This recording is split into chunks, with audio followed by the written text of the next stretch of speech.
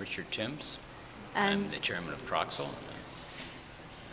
And you're here for the Riders4Helmets. So tell us a little bit about Troxel and how long you've been with them, or you created them, or tell us a little bit about the history. Troxel actually was founded in 1898, so I didn't really create that one. I just started as a consultant way back in the 1970s, late 1970s and early 1980s, related to injury prevention products. My background is a physician in critical care and intensive care medicine and a research scientist in the area of injury prevention. So when I first started working with Troxel as a consultant, I was involved with children's car seats and other injury prevention products. It was later in the early 1990s that Troxel extended over into equestrian helmets. Yeah. And at that time, I became more involved with that aspect of Troxel. I'm the chairman now and still a consultant to the company, although I don't work in operations for the company. So, and they've made so many wonderful advances. I mean, it seems like you come out with new things all the time. Yes, we do a lot of R&D, and we since first coming out with the equestrian helmet, we were the first one to do a certified schooling helmet in the equestrian world. Part of that came from interacting with physicians, particularly physicians in the public health world, who had seen the variety of injuries, head injuries in the equestrian world, and realized that back at that time, which is in the early 1990s, the equestrian injury prevention world was behind some of the other advances, for instance, in the world of auto safety and the world of cycling.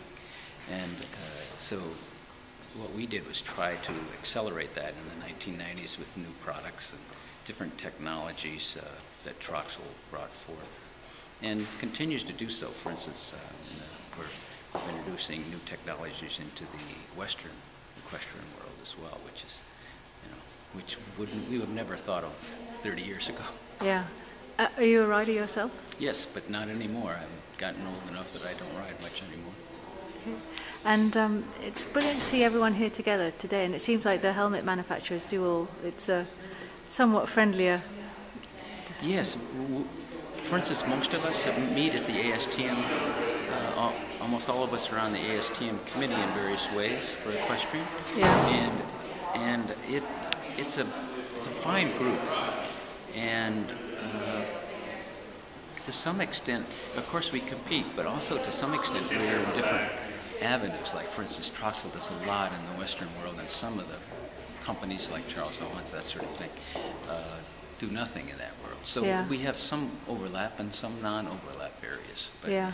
But actually, I think perhaps in comparison, although because I'm not with operations in the company and not with marketing, I don't see the intense competition. Yeah. I'm more on the science, R&D, and development side where my advice has been used. Yeah, but I think today anyway, it seems like you're all here for the greater good, which is really yes. nice to see. Yeah, it's good for all of us, and it's also good just from a public health, cultural sort of standpoint, because these injuries are so tragic, and not just the high-profile ones like Courtney, but also the having worked in ICUs and ERs and that sort of thing myself, the tragedies of the children and that sort of thing that are injured, the young people that are injured on farms that are riding and that sort of thing, the ones we don't really hear much about because they're not high profile, trying to reverse those or being able to reverse those is great. And it's amazing.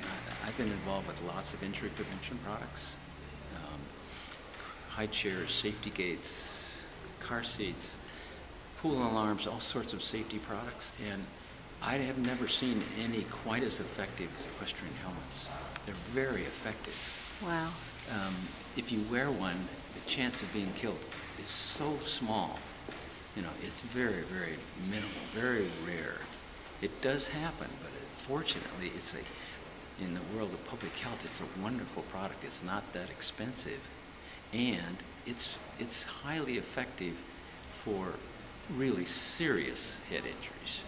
Now, there's a question about concussion and that sort of thing, but the most severe head injuries, death and disabling head injuries. It's highly effective. Brilliant. Well, That's an thank you very exciting much. part. Yeah, Yeah, you're welcome. it is. Thank you.